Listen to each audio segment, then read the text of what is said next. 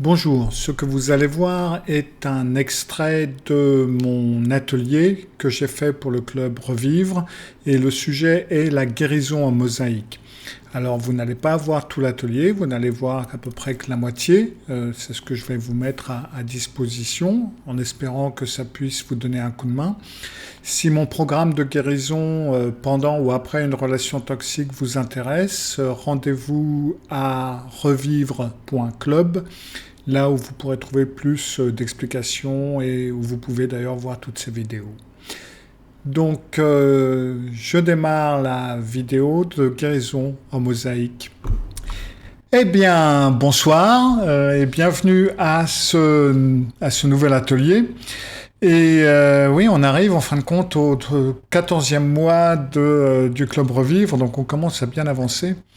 Et celui-ci parle de la guérison et de la guérison en mosaïque. Alors on se dit c'est un petit peu bizarre, c'est quoi cette idée de guérison en mosaïque?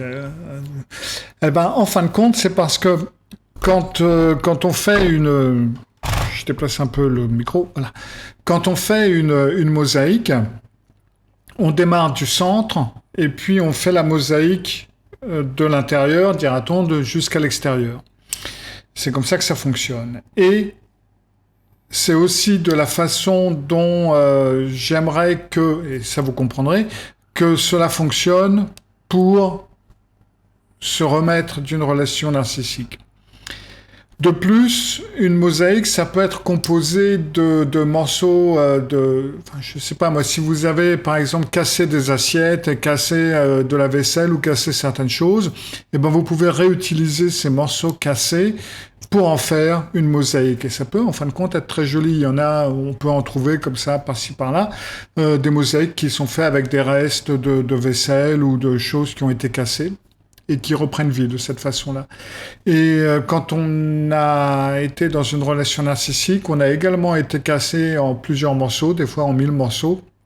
Et c'est donc ces morceaux qu'on va recoller pour faire cette mosaïque, pour se recomposer. Et là où est le premier souci dans tout ça, c'est que, en fin de compte, il faut regarder en soi. Il faut regarder à l'intérieur de soi. Et ça, la plupart des survivants n'ont pas appris à le faire. Ils n'ont pas appris à le faire ou parce qu'ils ont été élevés avec des ou un parent narcissique. Et donc, du coup, ils n'ont pas été habitués à voir à l'intérieur d'eux, tout simplement. Et aussi parce que dans les relations narcissiques, en fin de compte, les narcissiques, quels qu'ils soient, que ce soit de la famille ou que ce soit des amis ou que ce soit n'importe où un partenaire ou une partenaire, ils vous prennent votre système en otage. Et après un certain temps, on ne sait même plus ce qu'on veut, ce qu'on aime et qui on est. Petit à petit, votre personnalité a été érodée, en quelque sorte, et on ne sait même plus ce qu'on aime, en quelque sorte. Et on pourrait se demander, mais pourquoi ils font ça, en fin de compte? Quel est le but des narcissiques pour nous vampiriser, en quelque sorte, toute notre personnalité?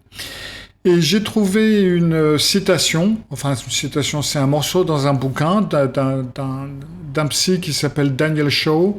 Alors, je ne crois pas qu'il soit édité en français, publié en français. Je crois que pour l'instant c'est seulement en anglais. Donc, je vous ai fait la traduction en français, mais voilà.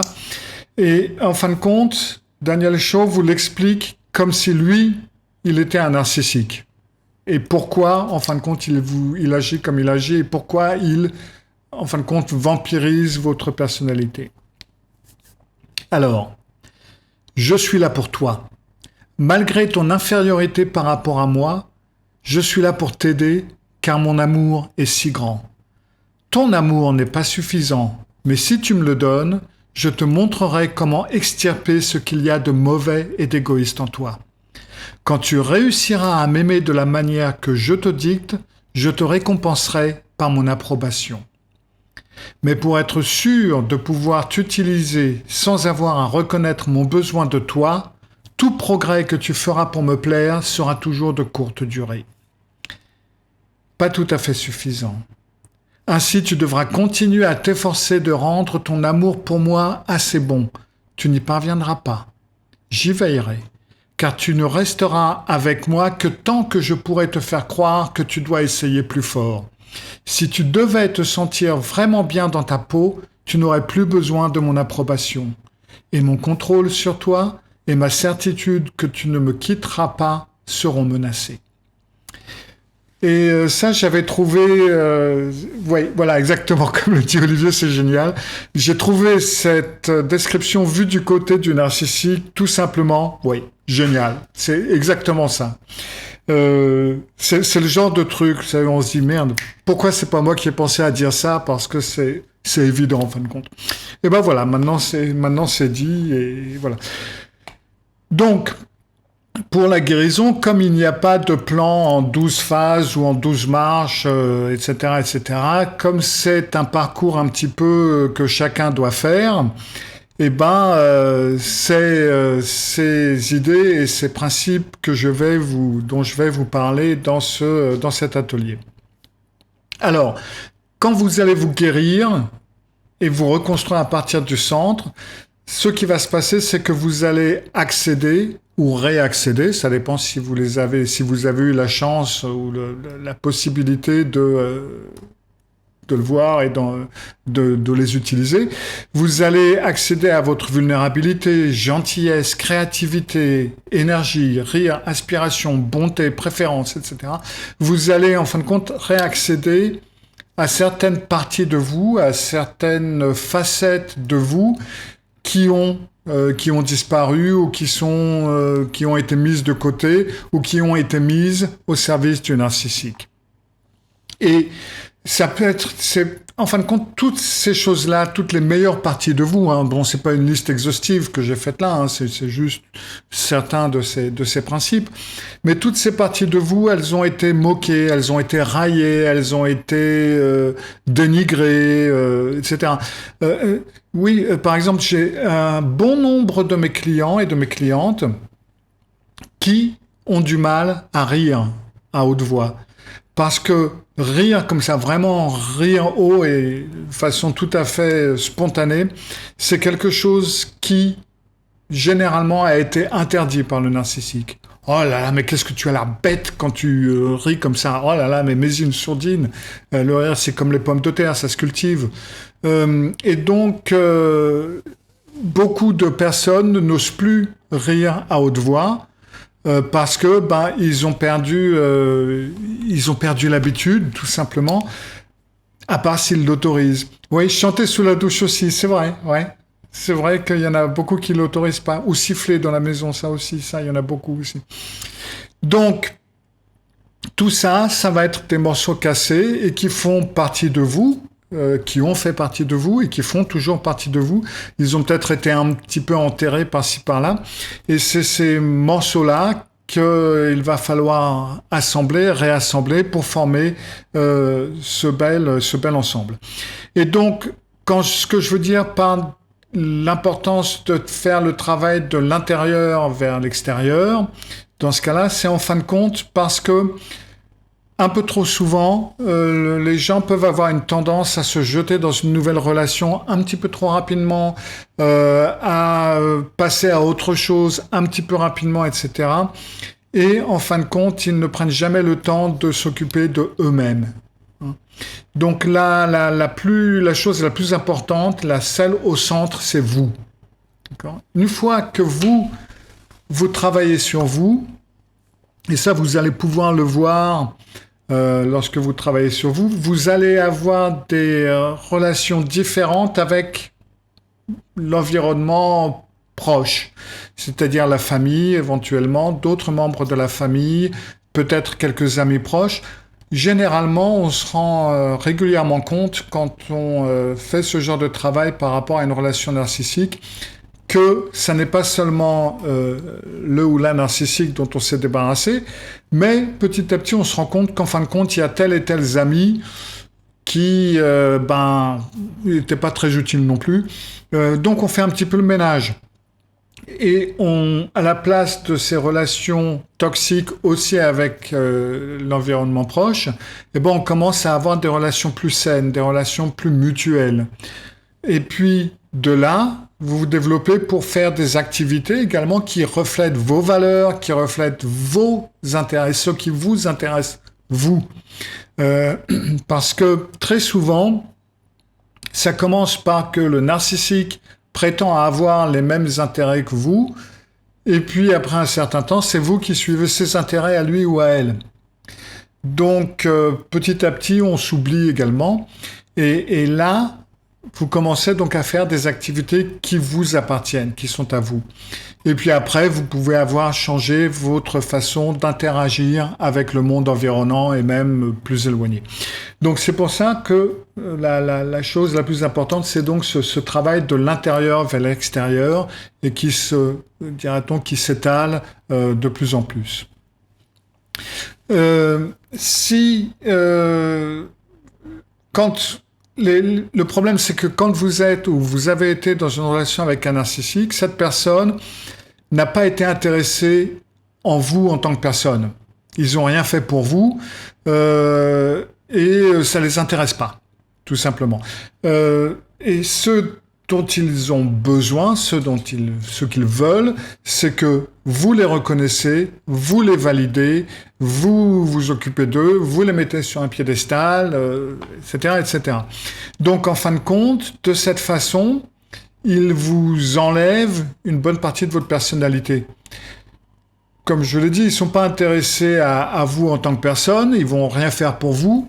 Et si... Alors, le pire, c'est qu'ils le peuvent. S'ils le voulaient, ils pourraient faire des choses pour vous. Ils pourraient vous soutenir. Ils pourraient aller dans votre sens. Ils pourraient vous laisser et vous développer.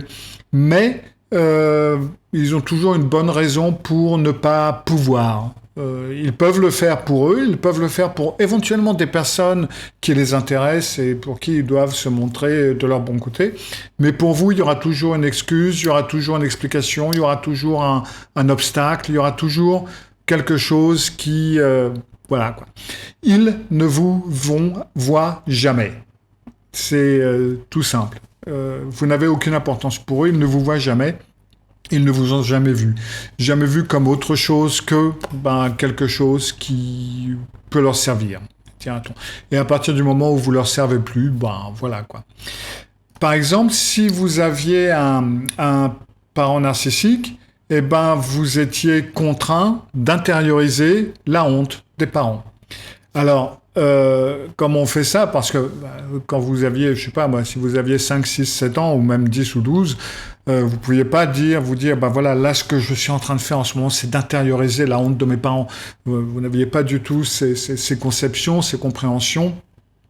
Et donc, du coup, vous ne pouviez pas le faire. Mais en fin de compte, ce qui se passe, c'est que le gamin est toujours coupable, tout simplement. C'est-à-dire que ou bien on n'est pas gentil, ou bien on n'est pas suffisamment ceci, on n'est pas suffisamment cela, on fait tout mal.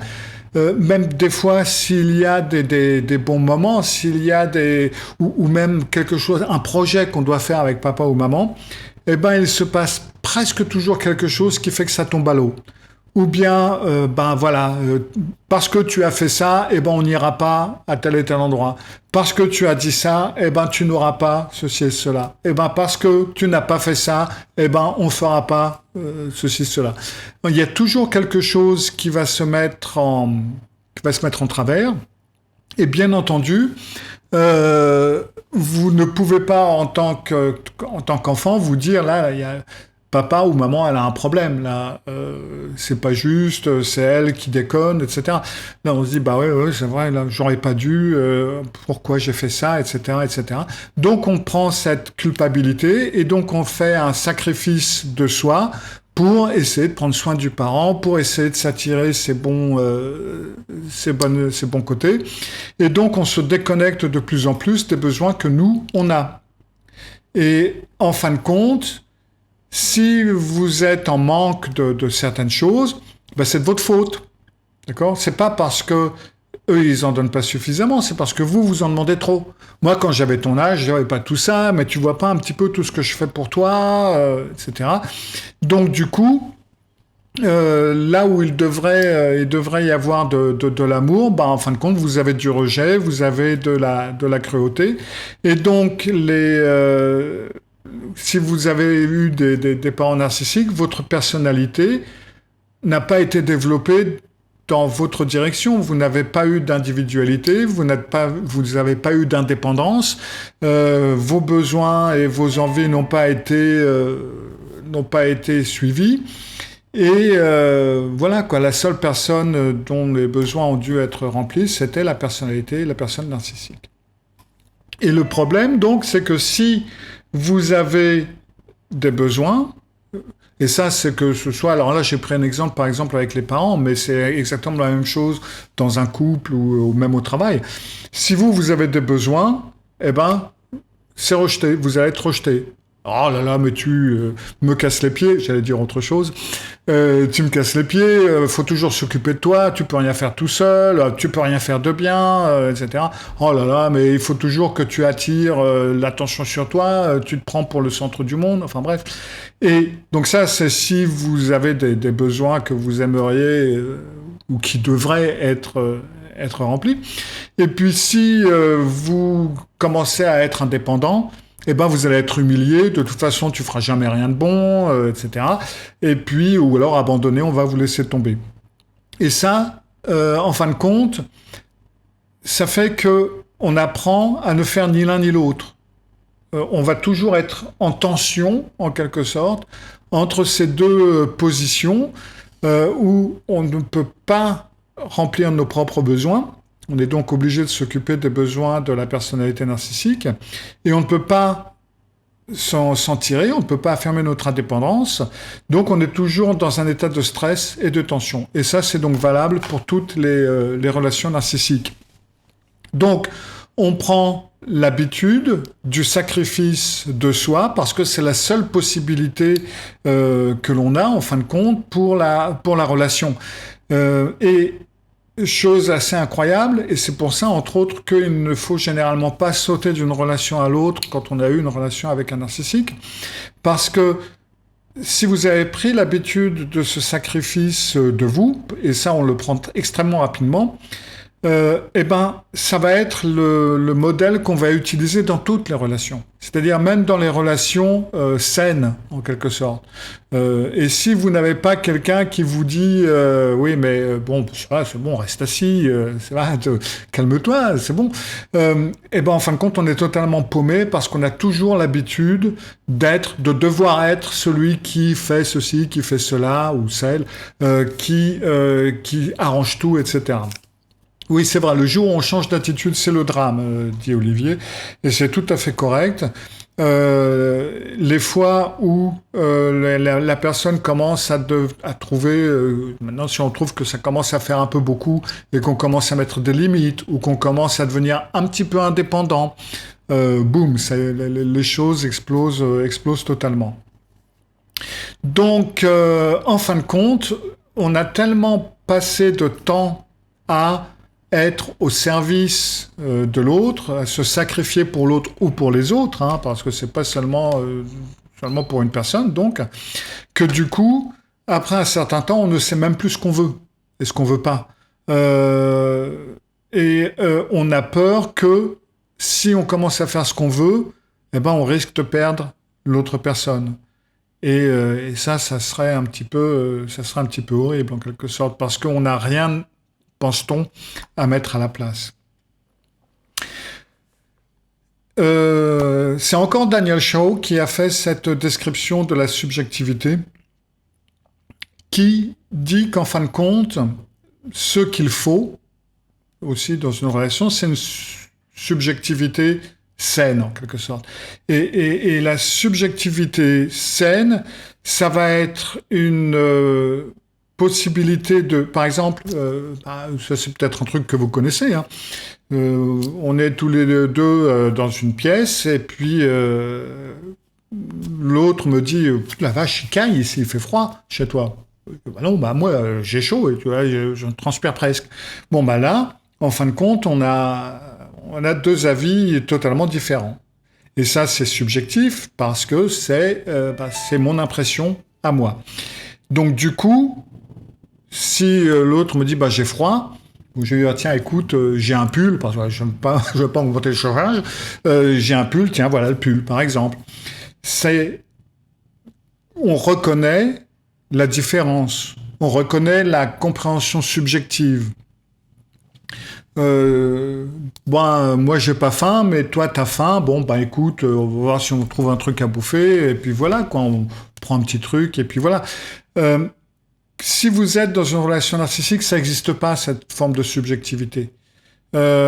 Si vous dites j'ai froid et que lui ou elle dit non mais il fait chaud, dans ce cas-là, ça va être mais il fait chaud, t'es totalement débile quoi, ou t'es toujours malade, ou tu es jamais comme les autres. Enfin bref, tu peux pas avoir faim maintenant, on a mangé il y a, etc. Donc la subjectivité, c'est non seulement de faire certaines choses, mais c'est d'accepter que d'autres fassent ces mêmes choses, que de sentir que l'on peut subvenir à ses besoins et puis accepter que les besoins des autres ne soient pas nécessairement les mêmes.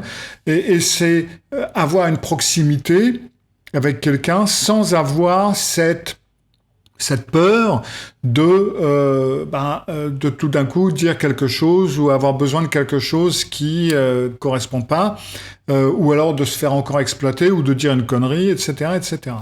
Donc cette subjectivité, c'est ce qui se passe dans des relations saines.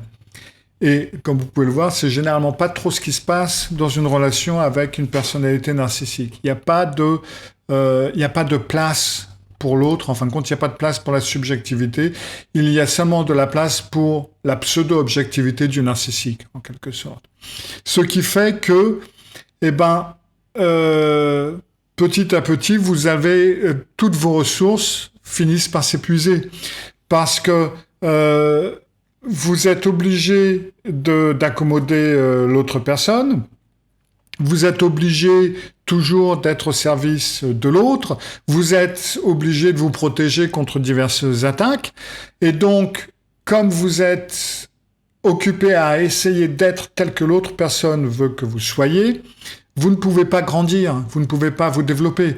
Et en plus de ça, non seulement vous êtes obligé ou vous vous sentez obligé de répondre à la définition de l'autre, mais en plus de ça, si vous grandissez, vous risquez d'être rejeté et vous êtes obligé donc de vous protéger. Et tant que vous êtes obligé de vous protéger, vous ne pouvez pas vraiment vous libérer et vous développer. Donc, en gros, quand on voit un petit peu tout ce que vous utilisez, toute l'énergie que vous utilisez pour le narcissique ou pour la narcissique, oui, du coup, il vous reste plus grand-chose pour vous, hein, et on peut rien verser d'un verre vide. Donc, du coup, voilà, quoi. Et le problème, c'est que quand on sort de la relation, on a pris l'habitude de culpabiliser. Et ça, quand je dis relation, ça peut être donc une relation avec un ou une partenaire, mais bien entendu aussi famille, travail ou ce que vous voulez. Mais c'est que on a été tellement habitué à ce que on devait faire les choses pour l'autre, et en plus de ça, à ce qu'on les faisait pas bien, que du coup on est toujours coupable de tout ce qui se passe. Et ce bouton culpabilité, c'est presque, il marche avec le Bluetooth, il passe quelqu'un avec un téléphone portable, ça le déclenche. Les survivants, ce sont des docteurs S culpabilitatis, si on peut dire c'est comme ça. Et au lieu de dire, par exemple, non, là, son comportement, c'est vraiment pas acceptable, il est hors de question que j'accepte ce genre de choses, on va se dire, ah là là, zut, là, j'aurais dû faire ça, ah, pourquoi j'ai pas fait ça, ah, ça y est, j'ai encore fait ça. Ça dépend un petit peu, parce que un jour, vous avez fait quelque chose que vous n'auriez pas dû faire, et le lendemain, vous ne l'avez pas fait alors que vous auriez dû, enfin bref. Et donc, l'une des choses très importantes à travailler, justement, c'est à se débarrasser de cette culpabilité, comme j'ai l'habitude de dire, culpabilité égale manipulation. Alors peut-être pas une manipulation ici et maintenant, mais une manipulation qui a été faite plus tôt et qui est réactivée en quelque sorte. Mais la culpabilité, ça n'est jamais le résultat de quelque chose. C'est toujours un avertissement, c'est un voyant rouge qui devrait clignoter, presque vous aveugler que là vous êtes en train de déconner là-haut. Que là vous êtes en train de jouer le jeu d'un narcissique ou d'une narcissique ou c'est peut-être de l'histoire ancienne qui revient, tout à fait, mais il y a manipulation ou il y a eu manipulation. Là, il faut vous arrêter et combattre cette culpabilité. Et c'est là où il faut passer de « c'est de ma faute » ou « j'aurais dû » ou « j'aurais pas dû » ou quelle que soit la bêtise, j'allais dire autre chose encore une fois, que vous êtes en train de penser. Et vous devez passer à « non, ce qui a été fait là, ça n'est pas acceptable, je ne veux pas l'accepter, je n'aurais pas dû l'accepter ou je ne veux plus l'accepter. » Enfin bref, ça dépend si c'est du passé, du présent ou ce que vous voulez. Parce que, en fin de compte, la culpabilité, comme on va le voir plus tard, ça vient de cette fameuse honte auparavant. Et en fin de compte, ça devrait être de la colère, mais justement, on n'a pas le droit à cette colère et ça se transforme et ça devient de la culpabilité. Parce que le problème, c'est que justement, qu'est-ce qu'on vous a dit d'être ? Qu'est-ce que vos parents vous ont dit d'être ? Qu'est-ce que vos ancêtres, votre famille vous a dit d'être? Qu'est-ce que votre famille élargie vous a dit d'être? Qu'est-ce que vos amis vous ont dit d'être? Qu'est-ce que vos professeurs, vos mentors, vos entraîneurs, votre psy vous a dit d'être? Qu'est-ce que votre partenaire vous a dit d'être? Bah, faut payer. Ouais. Qu'est-ce que la société vous a dit d'être? D'accord? Et la question, en fin de compte, c'est ouais, mais vous êtes qui? Alors, le nombre de clients et de clientes qui, par exemple, ont laissé tomber leur travail à cause d'une relation narcissique, ou parce qu'ils avaient des parents narcissiques qui les ont obligés à aller dans une toute autre direction que celle où ils voulaient aller, ou le partenaire qui leur a dit « ouais, mais non, de toute façon, ça, c'est pas fait pour toi, va plutôt, fais ceci, fais cela », enfin bref. Combien de personnes, en fin de compte, ont arrêté d'être ce qu'ils voulaient être et sont devenus quelqu'un d'autre, en fin de compte. Et, encore une fois, mais vous êtes qui? Est-ce que vous pouvez vous arrêter un instant et y réfléchir? Alors oui, je suis tout à fait d'accord, on peut donner des suggestions en tant que parent, en tant que partenaire, on peut parfaitement donner son avis. On peut parfaitement dire, ouais, bon, ça, je sais pas si c'est quelque chose pour toi parce que ceci et cela. Après, si tu penses pouvoir, pourquoi pas, ou peut-être que si tu veux aller dans cette direction, s'il y a tel et tel problème, peut-être que si tu faisais plutôt ça, c'est dans la même direction, c'est à peu près la même chose, voilà. Enfin, on peut donner des conseils, mais on peut donner des suggestions, mais on ne donne pas des ordres, on ne transforme pas la personne. Et là où les choses sont importantes dans cette question « qui êtes-vous ?», c'est que, voilà, par exemple, un de mes clients m'avait dit « bah voilà, moi je suis ambitieux ». C'est ce que je suis ambitieux, je veux vraiment plein d'argent, je veux beaucoup d'argent, je veux devenir super riche. Ok, pourquoi pas, ok, pourquoi pas. Mais pourquoi vous voulez plein d'argent en fin de compte? Qu'est-ce que vous voulez en faire? Ben c'est parce que je veux être en sécurité, je veux que ma famille soit en sécurité, à l'abri du besoin, je veux pas dépendre des autres, etc. Donc, en fin de compte, là, ce qu'il nous dit, c'est pas que je veux bosser, je veux travailler 60 heures par jour et gagner et devenir riche. C'est pas vraiment une réponse, ça. En fin de compte, ça, c'est plutôt une réaction à quelque chose. C'est une réaction que cette personne a eue après des années d'insécurité, des années d'exploitation. Et là, tout d'un coup, se dit, ben voilà, je peux pas dépendre des autres, je suis obligé d'avoir ma propre sécurité. Et donc, si je lui ai posé la question, je lui ai dit, ok, donc disons qu'on vit dans que vous avez un boulot, ou je sais pas quoi, que vous avez suffisamment d'argent. D'accord? Alors, vous n'êtes pas riche, riche, riche, mais vous n'êtes pas dans le besoin, il n'y a pas de, il y a pas de souci sur ce côté-là, vous n'y pensez plus. Qu'est-ce que vous voulez faire alors?